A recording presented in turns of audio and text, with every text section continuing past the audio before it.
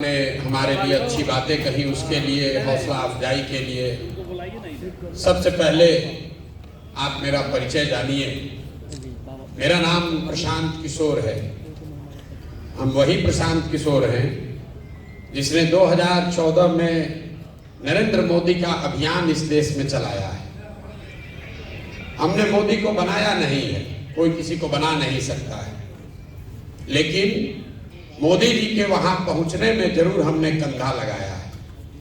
उस नजरिए से अगर आप भाजपा के विचारधारा के विरोधी हैं या मुसलमान होने के नाते आप ऐसा समझते हैं कि जिस शख्स ने नरेंद्र मोदी की मदद की है उसके साथ कैसे चले, उस पर भरोसा कैसे करें, तो ये बिल्कुल आपकी वाजिब वजह है। आपको हमारे साथ नहीं चलना चाहिए, हम पर भरोसा नहीं करना चाहिए। लेकिन अगर आप मेरे परिचय का ये हिस्सा जानते हैं कि 14 में मैंने मोदी जी का अभियान चलाया है, तो आप में से कुछ लोगों को ये भी पता होगा कि 2014 से लेकर 2021 तक इस देश में जहां कहीं भी मोदी भाजपा हारा है, हराने वाला कोई भी हो, चाहे वो बिहार में महागठबंधन हो, पंजाब में कांग्रेस हो, तेलंगाना में केसीआर हो या बंगाल में ममता बनर्जी हो, हराया चाहे जिसने भी हो, उन सब के पीछे भी इसी प्रशांत किशोर ने कंधा लगाया। यहां आपने बात करी है मुसलमानों की दुर्दशा पर।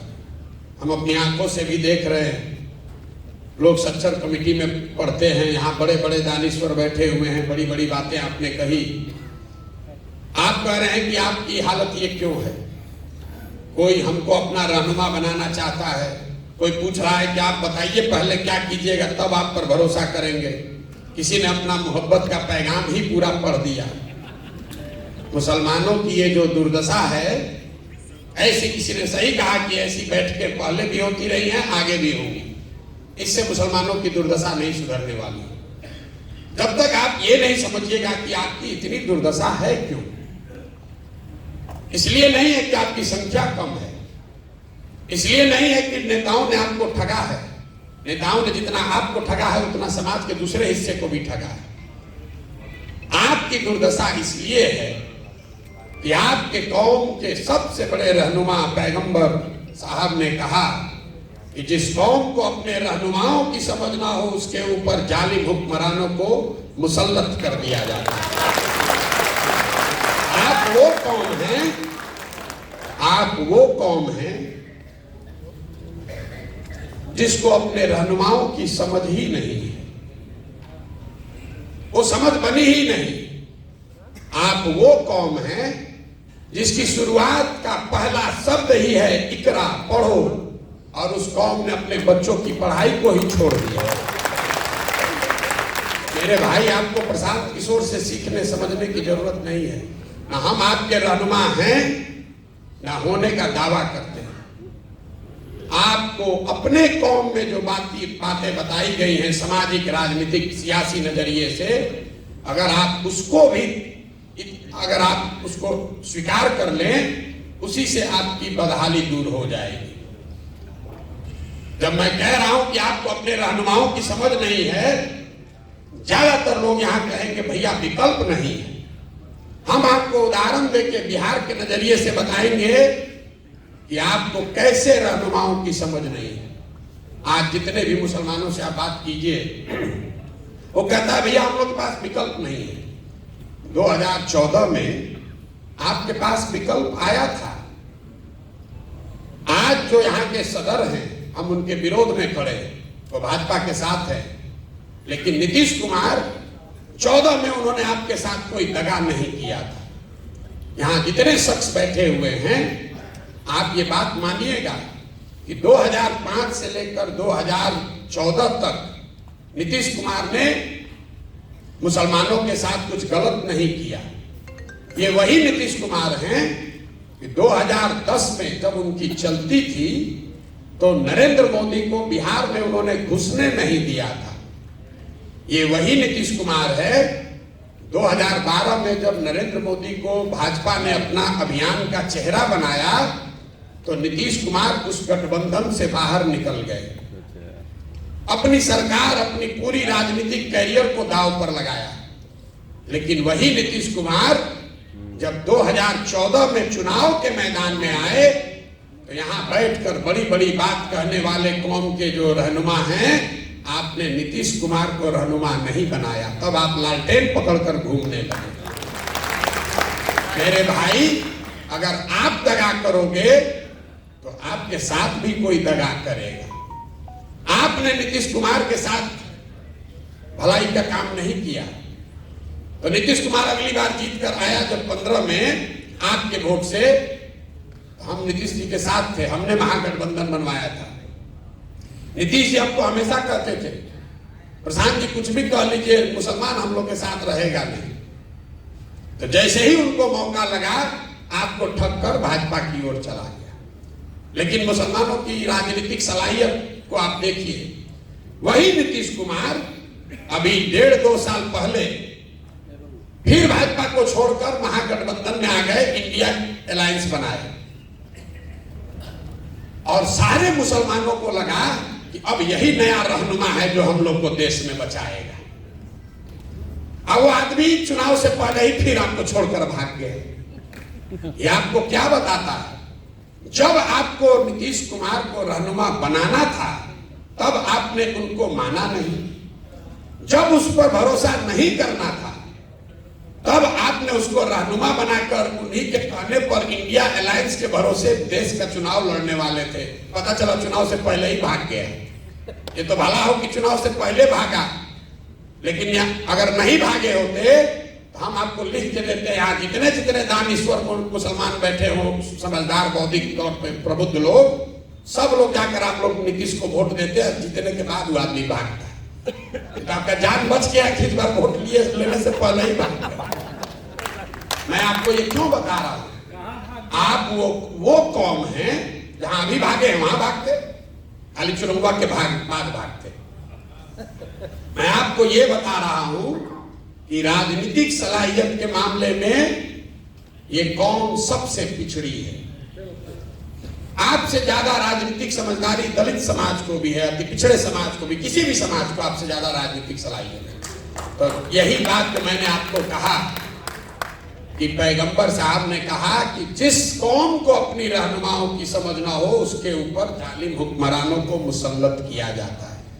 बात अगर पैगंबर साहब ने कही है तो गलत नहीं हो सकती, लेकिन आप अपनी सुविधा अनुसार उसका आधा लाइन पढ़ रहे हैं। आज के हुक्मरान जालिम है, ये तो आप पढ़ रहे हैं, उस पर चर्चा कर रहे हैं, लेकिन किस गलती से ये जालिम हुक्मरान आपके ऊपर मुसल्लत किए गए हैं, ये नहीं समझना चाहते। इसीलिए आपकी ये दुर्दशा। अब प्रशांत किशोर का आपको रहनुमा दिख रहा, कोई कह रहा है कि आप बताइए आप कितना हक दीजिएगा,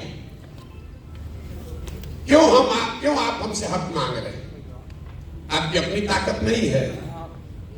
18% की आबादी का जिसका दावा कर रहे हैं, जिसका दम भर रहे हैं, 18% की आबादी में कोई लड़का नहीं है जो यहाँ बैठे और यहाँ हिंदू समाज के लोग बैठकर कहें कि आप हमारे रहनुमा हो जाइए।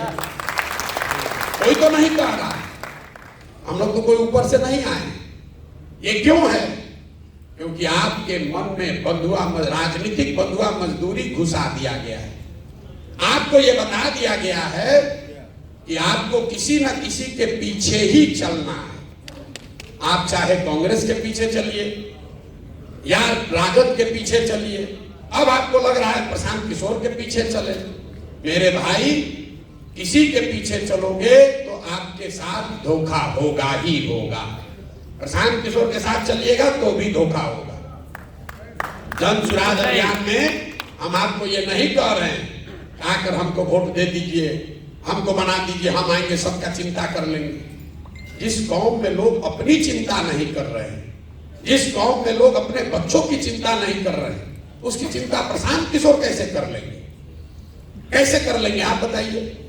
हम गांव में चलते हैं, जो मुसलमानों के बड़े गांव हैं, एक जो नई चीज हमने देखी, जो मुसलमानों के बड़े गांव हैं जिसकी आबादी 3000 से ज्यादा है, वहां बिहार तो पूरा ही गरीब बदहाल है, लेकिन जो मुसलमानों के बड़े गांव हैं वहां पर मुझे सबसे ज्यादा गरीबी फटहाली दिखी। मुझे बाद में जब कुछ महीने चल लिया तो मैंने इस बात को गौर किया कि भाई ऐसा कैसे है कि जो बड़े मुसलमानों के गांव हैं उनकी हालात मिक्स्ड आबादी वाले मुसलमानों के गांव से या मुसलमानों के छोटे गांव के मुकाबले ज्यादा खराब है। ऐसा क्यों है? ऐसा इसलिए है, जब हमने उसका अध्ययन कराया तो ये पाया कि जो मुसलमानों के 3000 से ज्यादा आबादी वाले गांव हैं उनको सियासी तौर पर, राजनीतिक तौर पर चिन्हित कर लिया गया है। तो जब कोई जदयू का, भाजपा का विधायक जीत कर आता है तो निश्चित करता है कि उस गांव की ओर मुंह भी न करे, वहां जाए भी ना, वहां काम भी न करे। लेकिन अगर वहां कोई आरजेडी का जीत कर आ गया, कांग्रेस का जीत कर आ गया तो कहता है ये तो 3000 वोटवा अपने हाथ में है, ये जाएगा कहां, बगल के गांव में काम कराओ। जो मुसलमानों के बड़े गांव हैं उनकी यह हालात, अगर हमारी बात पर आपको भरोसा नहीं है तो यहां पर जितने लोग बैठे हुए हैं आप चंपारण में चलिए, बिना आंकड़ा देखे हुए चंपारण में सबसे पिछड़ा अगर कोई प्रखंड है तो मझौलिया प्रखंड है, क्योंकि वहां मुसलमानों की आबादी सबसे ज्यादा है। आप सीतामढ़ी चलिए, वहां का सबसे पिछड़ा प्रखंड अगर कोई है तो बरगेनिया है, क्योंकि वहां 1 लाख से ज्यादा मुसलमान है। दरभंगा में, मधुबनी में, बिना आंख बंद करके इसी जिले का जो सबसे पिछड़ा प्रखंड है उस पर उंगली डालिए, वहां पर मुसलमानों की संख्या सबसे ज्यादा होगी।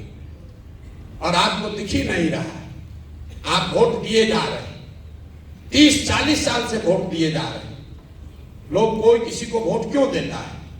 वोट देने के 3 ही कारण है।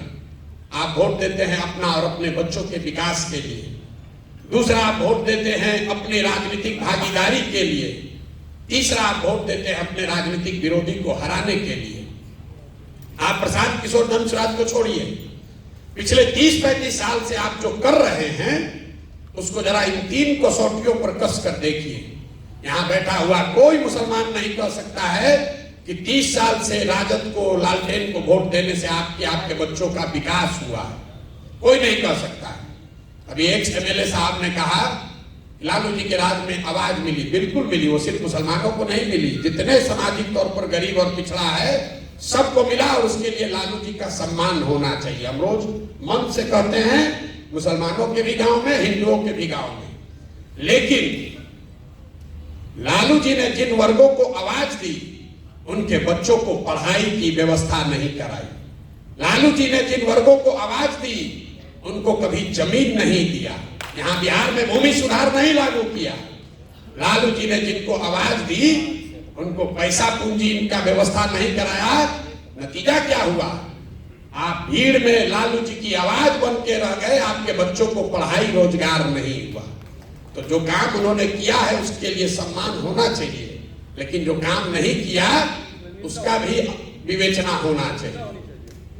आप 30 वर्ष से लालू जी को वोट देते हैं, आंख बंद करके देते हैं, आप कुछ भी दावा करेंगे, सब जानता है।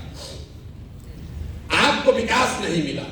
मुसलमान कहता है भैया इससे कोई बात नहीं, चलिए कम से कम लगता है कि हम लोग का अपना दल है, भागीदारी हमको है। आप अपने भागीदारी का आलम देखिए।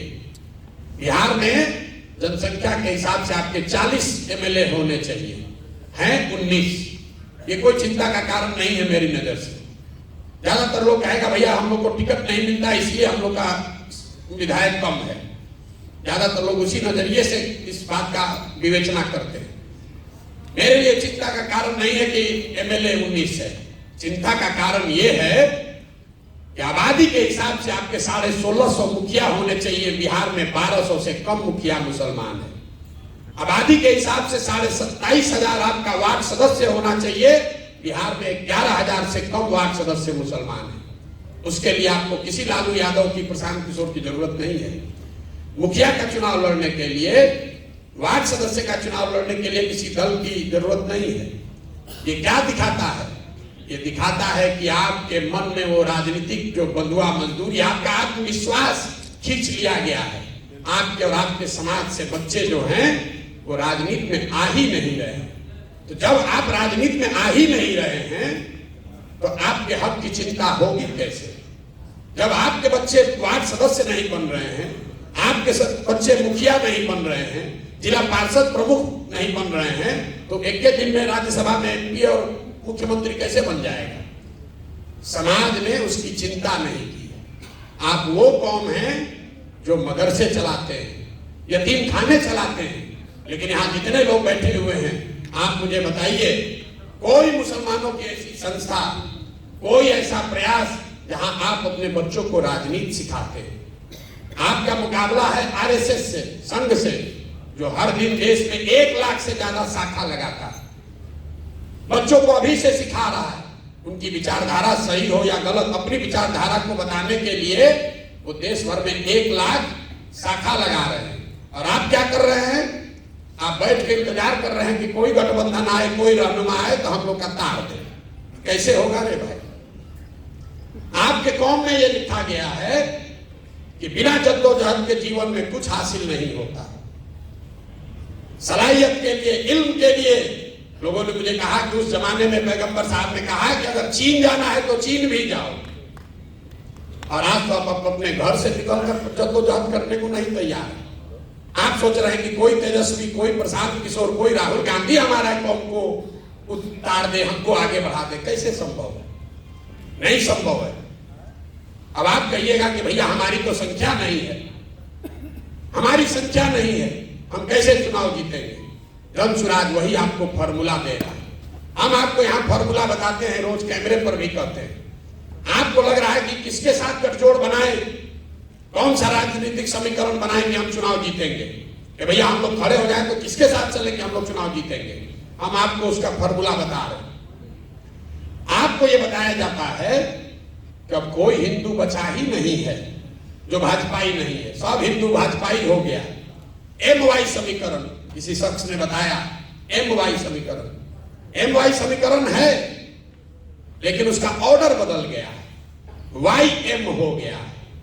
जहां Y खड़ा होता है वहां पूरी मुस्तैदी और ईमानदारी से आप वोट देते हैं। जैसे ही M खड़ा हुआ, आधे से ज्यादा Y समाज के लोग आपको वोट नहीं देते।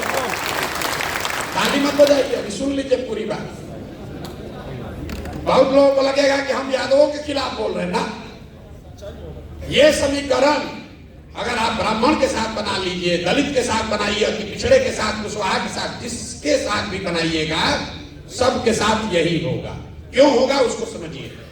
ऐसा नहीं है कि यादव समाज के लोग आपको धोखा दे रहे हैं, ये आपका भ्रम है। भाजपा को पूरे देश में 36 से 37% वोट मिलता है। इस बात को ध्यान से समझिए। देश में 80% हिंदू रहते हैं, मुसलमानों ने भाजपा को तो वोट दिया नहीं है। अगर 80% हिंदू के समाज में भाजपा को 36-37% वोट मिलता है, तो इसका मतलब है कि करीब करीब आधे हिंदू भाजपा को वोट दे रहे हैं। आधा हिंदू भाजपा को वोट दे रहा है। 80 में आधा देगा तो 40% हुआ, उससे थोड़ा कम ही, चूंकि भाजपा पूरे देश के हर सीट में नहीं लड़ती है, तो जिन सीटों पे वो लड़ते हैं वहां आधा हिंदू उनको वोट देता है। उस जो हिंदू भाजपा को वोट दे रहा है उसमें यादव भी है, उसमें ब्राह्मण भी है, उसमें राजपूत भी है, दलित भी है, पिछड़ा भी है, सारे जाति के लोग हैं। करीब करीब आधा, थोड़ा कम या ज्यादा। लेकिन इसी आंकड़े में आगे का रास्ता भी छिपा हुआ है। आधा हिंदू अभी भी इस देश में ऐसा है जो भाजपा को वोट नहीं देता है। आपको सिर्फ इतना ही पहचानना है कि कौन हिंदू है जो भाजपा को वोट नहीं दे रहा है। आप उसको यादव के नजर से देख रहे हैं, ब्राह्मण की नजर से देख रहे हैं, कुशवाहा की नजर से देख रहे हैं। हम उसको कह रहे हैं कि नहीं, उसको विचारधारा के हिसाब से देखो। क्यों? यादव आधा आपके खिलाफ क्यों वोट देता है? इसलिए देता है कि वो विचारधारा के आधार पर भाजपा के साथ है। तो जब वो खड़ा होता है तब तो आप उसको वोट देते हैं, लेकिन जब आप खड़े होते हैं तो हिंदू मुस्लिम के आधार पर आधा आदमी वोट दे देता है भाजपा को। इसी में आपका आगे का रास्ता छिपा हुआ है। 4 विचारधारा के मानने वाले हिंदू, वो चाहे किसी जाति के हो, वो आज भी भाजपा से इत्तेफाक नहीं रखते हैं, भाजपा को वोट नहीं देते हैं। जो गांधी के विचारधारा को मानने वाला हिंदू है वो आज की भाजपा के साथ नहीं चल रहा है। जो बाबा साहब अंबेडकर को मानने वाला हिंदू है वो भी हिंदू आज भाजपा के साथ पूरी तरीके से नहीं है। जो कम्युनिस्ट विचारधारा के मानने वाले हिंदू हैं वो भी लोग भाजपा के साथ नहीं हैं, और जो समाजवाद के लोहिया जयप्रकाश को मानने वाले लोग हैं वो भी भाजपा के साथ नहीं है। तो आपको करना बस इतना है कि विचारधारा के आधार पर जो चार विचारधारा के मानने वाले हिंदू हैं, जो कि आधा हिंदू समाज है, उनके साथ अगर 20% मुसलमान सामाजिक राजनीतिक गठजोड़ बना ले तो 40 और 20 आप हुए 60 और भाजपा हुई 40। यही जन स्वराज के राजनीतिक सोच का आधार है, जो डेटा पर आधारित है, अनुभव पर आधारित है। इसको हमने 10 राज्यों में करके दिखाया है, और इसी में आपको फर्क दिखेगा कि जो ओवैसी साहब बता रहे हैं और हम बता रहे हैं, इसमें फर्क क्या है। कई बार लड़के कहते हैं कि आप भी तो वही कह रहे हैं, मुसलमानों के हक की बात कह रहे हैं कि मुसलमान अपने हक हकूक के लिए खड़ा हो। अभी विधायक जी ने भी कहा कि सब मुसलमान इकट्ठा हो जाओ। ओवैसी साहब जो कह रहे हैं और जन स्वराज जो कह रहा है, यही उसमें फर्क है। हम मुसलमानों को इकट्ठा होने के लिए नहीं कह रहे हैं, हम ये कह रहे हैं कि मुसलमानों को उन हिंदुओं के साथ इकट्ठा होना है जो विचारधारा के आधार पर भाजपा के खिलाफ है। अगर सिर्फ मुसलमानों को इकट्ठा कीजिएगा जो ओवैसी साहब बता रहे हैं, तो यही बात तो भाजपा चाहती है कि आप सिर्फ 20% इकट्ठा हो जाइए ताकि बाकी का 80 एक साथ हो जाए। तो फार्मूला यहां है। और क्यों गांधी का पिक्चर इसमें लगा हुआ है? हम कोई काम ऐसा नहीं करते हैं जिसका पहले से प्रमाण ना हो। आजादी से पहले बाबा साहब, कम्युनिस्ट के जितने लीडर थे, जितने समाजवादी लीडर थे, जितने कांग्रेसी थे, उन सबको किसी एक विचारधारा, एक व्यक्ति ने एक सूत्र में बांधा, तो उसका नाम है महात्मा गांधी। इसलिए इस पूरे अभियान में सिर्फ और सिर्फ गांधी ही है, कि इनके ही, वो गांधी में ही ताकत है, उस विचारधारा, उस शख्स में ताकत है। इन 4 विचारधारा के मानने वाले हिंदुओं को इकट्ठा करे, और उसके बाद अगर आपके साथ उसको जोड़ दिया जाए तो आपके पास विचारधारा भी होगी और आपके पास वो संख्या भी होगी, ताकि आप राजनीतिक लड़ाई लड़े और जीत सके। यही पूरा प्रयास है। एक शब्द में, जन स्वराज आजादी से पहले महात्मा गांधी की जो कांग्रेस थी उसको पुनर्जीवित करने का अभियान है। आपको अच्छा लगे तो इससे जुड़िए। लोग कहता है इन पर भरोसा कैसे करें? बिल्कुल मेरे पर भरोसा मत कीजिए। भरोसा कीजिएगा, हम पहले कहें ठगाइएगा। हम पर बिल्कुल भरोसा मत कीजिए। भरोसा आपको अपने आप पर करना है, हम पर भरोसा नहीं करना। हमने कहा, किसी ने भी कहा भागीदारी की बात, तो आपके नजरिए से नहीं कहा, मुसलमानों के नजरिए से नहीं कहा। जन स्वराज का जो संविधान बन रहा है उसमें इस बात को लिखा जा रहा है कि जिसकी जितनी संख्या है उसको उसके हिसाब से भागीदारी, हिस्सेदारी दी जाएगी। टिकट में नहीं, खाली दल बनाने वालों में, दल को चलाने वालों में, दल के जो नेता होंगे वो भी, और दल से जो टिकट पाएंगे वो भी, जो दल से मनोनीत सदस्य होंगे उसमें भी। सिर्फ मुसलमानों के लिए नहीं, सिर्फ मुसलमानों के लिए बात नहीं कह रहे। जो 5 बड़े सामाजिक वर्ग हैं, मुसलमान हैं, सामान्य कैटेगरी के लोग हैं, ओबीसी वर्ग है, ईबीसी वर्ग है और दलित, 5 बड़े समूह हैं। तो ये तय किया गया कि इनको बराबर की हिस्सेदारी दी जाए। तो जन स्वराज का जो मुखिया बनेगा, पहले घोषित है कि प्रशांत किशोर उसके नेता नहीं हो सकते। हम ना उसमें कभी आज नेता है ना आगे नेता होंगे, लेकिन जो मुखिया इसका बनेगा, इसी 5 वर्ग में से एक बार एक आदमी कोई बनेगा। अगर एक बार दलित समाज का नेता बना तो अगली बार जो बाकी के 4 बच गए उनमें से बनेगा। तो 5 बार में एक टर्म मुसलमानों का भी होगा। ना आपको आपकी आबादी से ज्यादा, ना आपको आपकी आबादी से कम। यहाँ बिहार में करीब करीब 65 विधानसभा ऐसी है जहां 50,000 से ज्यादा मुसलमान हैं, और वहां ज्यादातर 2/3 से ज्यादा उन सीटों पर हिंदू विधायक जीत कर आए हुए। वो क्यों आए हुए? कोई हम आके थोड़ी ना आपका वोट काट लिए। ऐसा नहीं है कि हम आपका वोट काट लिए। मैं आपको उदाहरण के तौर पे बताता हूँ। यहाँ कोई मधुबनी का कोई बैठा होगा, मधुबनी शहरी क्षेत्र में कितने मुसलमानों का वोट है? 1,10,000। वहां पर वैश्य समाज के 9,000 लोग रहते हैं।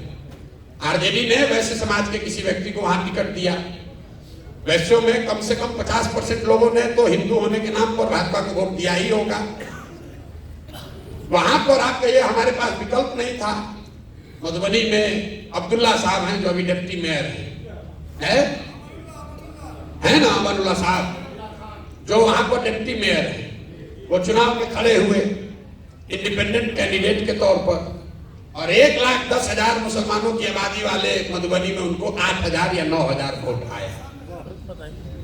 अब आप बताइए कि जब आप अपने हक के लिए नहीं खड़े हो रहे तो कौन आपको हक ला कर दे देगा?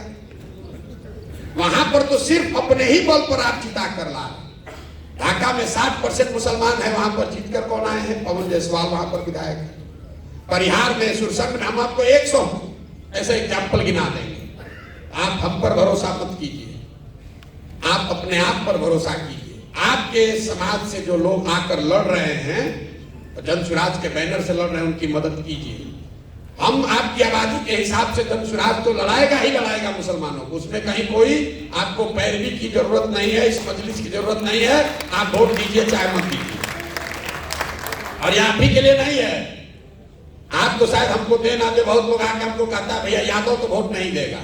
हम आपको मन से कह रहे हैं, अगर 15% यादव है तो 15% जन स्वराज में यादव समाज के लोग भी लड़ेंगे। हम उसमें कोई गलती नहीं करेंगे। हमने ये भी कहा, अब आपको आगे बढ़ के कहते हैं, अगर आपको लगता है कि आरजेडी आपका रहनुमा है, एक बार उनको ये कह दीजिए, जहां पर भी आपके मुसलमान विधायक हैं अभी आरजेडी से, हम जन स्वराज वहां से मुसलमान नहीं लड़ाएगा, ले लो, ये भी लिख के ले लो। हम आपका वोट नहीं बांटना चाहते हो, दे के दिखाएं जरा। आपको बात समझ में नहीं आई? हमने ये कहा कि हम तो 40 देंगे ही देंगे, 18% के हिसाब से 45। इसके अलावा अगर कहीं आपका विधायक है, आरजेडी रिपीट करती है, तो हम खुले मन से दावा कर रहे हैं, हम वहां मुसलमान नहीं लड़ाएंगे। आप निकाल इनको दम नहीं है, अरे ये इनको दम नहीं है।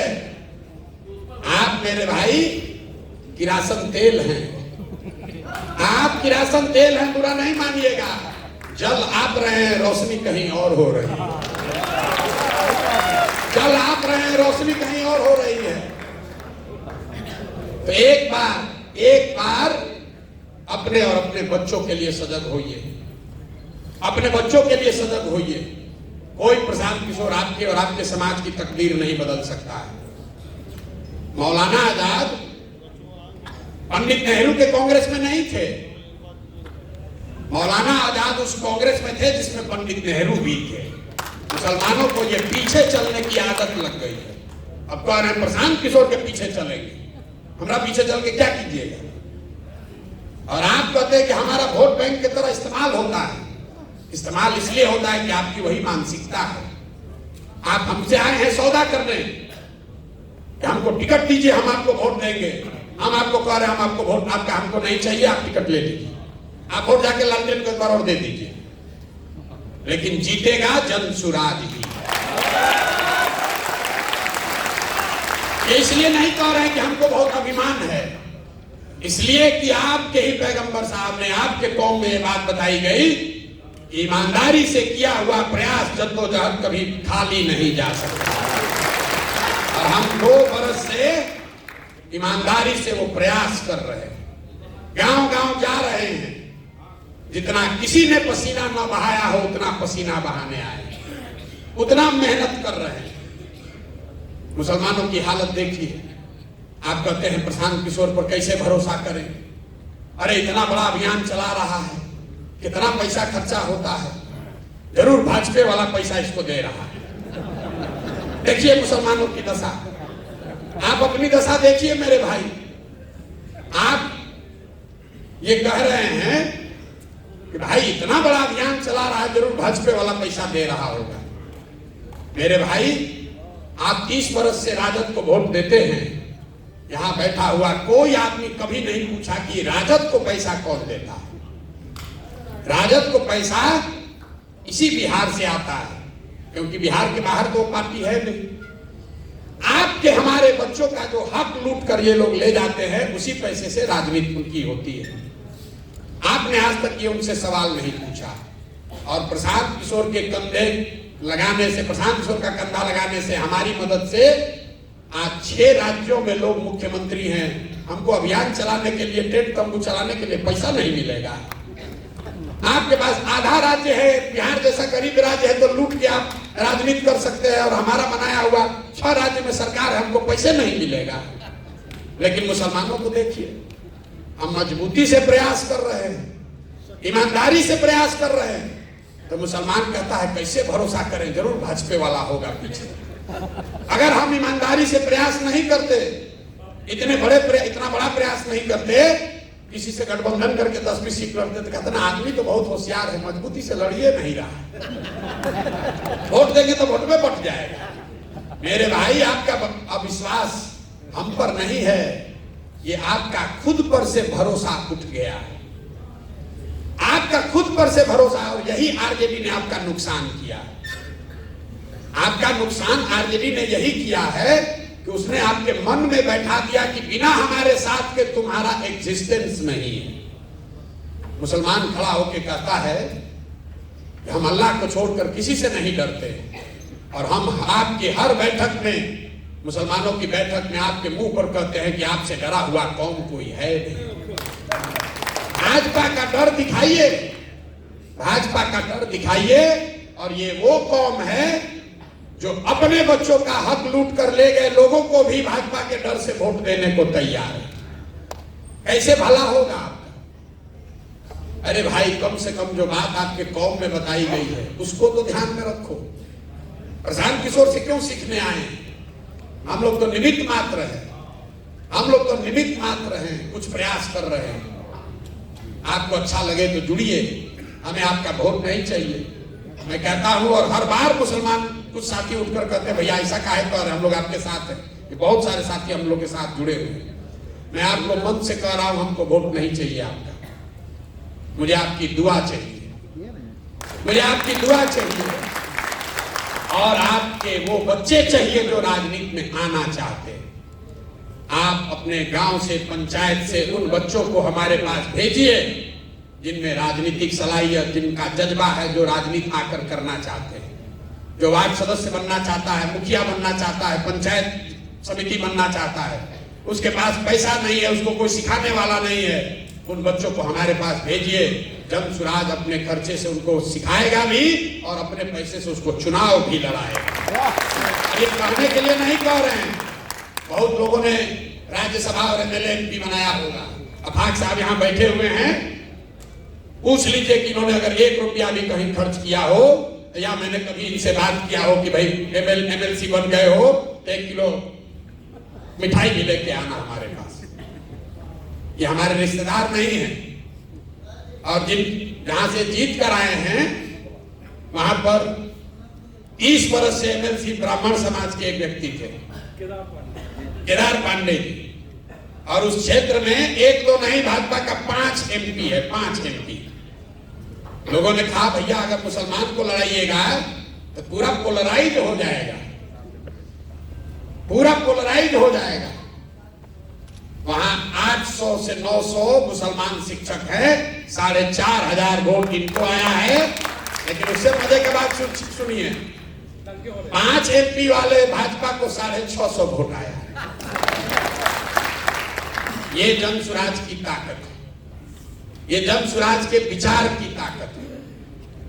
तो आपको ये तय करना है, आप अगर अपना कंधा लगाएंगे तो निश्चित तौर पर ये लड़ाई थोड़ी हमारे लिए आसान हो जाएगी। लेकिन अगर आप ये कंधा नहीं भी लगाते हैं तो हमें आपसे कोई शिकवा शिकायत नहीं। हमको आपका सर्टिफिकेट भी नहीं चाहिए कि हम ए टीम है कि बी टीम है। देखिए मुसलमानों की आपकी सोच, आप लोग 5 टाइम नमाज पढ़ते हैं, ईमान की बात करते हैं। मुसलमानों की कौम पर पिछले 15-20 सालों में सबसे बड़ा संकट कब आया? वो संकट तब, एक ऐसा संकट जिसमें आपके घरों की महिलाएं, आपके बच्चे निकले, बूढ़े लोग निकले, धरने पर बैठे। वो संकट तब आया जब सीए एनआरसी इस देश में कानून बनाया गया। जब सीए एनआरसी यहां लागू किया जा रहा था, पूरे देश में मुसलमान लड़ रहे थे। सीए एनआरसी पर को कैसे रोका गया? सीए एनआरसी रुका 2 मई 2021 को। तारीख नोट कर लीजिए, जाकर घर पर फिर से इसका अध्ययन कर लीजिएगा। 2 मई 2021 को, जिस दिन भाजपा को बंगाल में शिकस्त दी गई, उस दिन सीए एनआरसी का हंगामा रुका। तो ईमान की बात करने वाले मुसलमान एक बार जरा याद करके, 2 मई को रिजल्ट आया भैया, 3 मई को हमारे हमको मालूम है, थोड़ा हम बना रहे थे। 2 मई चलिए, 3 मई मान लीजिए भाई बात। हम दूसरी बात कह रहे हैं। आप ईमान की बात करने वाले लोग जरा याद कीजिए कि जब बंगाल में लड़ाई लगी, आपको आडवाणी जी का रथ रोकना याद है। ये नहीं याद है कि बंगाल में जब लड़ाई लगी तो कौन रहनुमा आपकी मदद करने के लिए खड़ा हुआ? दीदी के अपने लोग आधे से ज्यादा पार्टी वाले छोड़कर भाजपा के डर से भाजपा में भाग गए। तब लालू यादव नहीं गए थे बंगाल। राहुल गांधी अलग से चुनाव लड़ रहे थे, तब वहां पर वोट कटवा थे। अखिलेश यादव वहां नहीं गए थे। जब दीदी के साथ कोई नहीं खड़ा हुआ, पूरे देश में लोगों ने कहा कि भाजपा वहां जीत कर आ रही है 200 सीट। यही प्रशांत किशोर ने कहा था कि अगर भाजपा को 100 के नीचे नहीं रोके तो जीवन में संन्यास ले लेंगे। बोले नहीं, 2 बरस वहां, जैसे यहाँ गांव गांव घूम रहे हैं, 2 बरस खून पसीना लगाकर वहां मेहनत किया। और जिस भाजपा को लग रहा था कि बंगाल स्वीप कर देगी, वहां पर उनको हमने 77 पर रोका। तो हम हो गए भाजपा के बी टीम, और आप घर में बैठ के कमेंट्री कर रहे थे, तो आप दीजिएगा हमको सर्टिफिकेट। हमको ना चाहिए रे भाई, हमको आपसे सर्टिफिकेट नहीं चाहिए। जब हम लोग गांव में चलते हैं, मुस्लिम महिलाएं मिली कई जगह, लोग कहते हैं भैया देखते हैं नहीं सड़क कितना खराब है, अगर प्रसव की पीड़ा हो जाए तो अस्पताल पहुंचने में आधा जान निकल जाता है। नाली गली की हालत आप किसी भी बड़े मुसलमान गांव में जाकर देख लीजिए, क्या दुर्दशा है। अस्पताल स्कूल की तो बात ही मत कीजिए। जब बहुत लोगों से सुन लेते हैं तो मैं उनसे पूछता हूं कि अभी 1.5 बरस तक सड़क के मंत्री कौन थे? तेजस्वी यादव। नाली गली ग्रामीण कार्य मंत्री कौन थे? तेजस्वी यादव। अस्पताल का मंत्री कौन था? तेजस्वी यादव। शिक्षा का मंत्री कौन है? चंद्रशेखर यादव, वो भी लालटेन में थी। किसने रोका था उनको 1.5 बरस में आपके गांव में सड़क बनाने से? ये बता दो। और अगर उन्होंने नहीं बनाया, ये उनकी गलती नहीं है।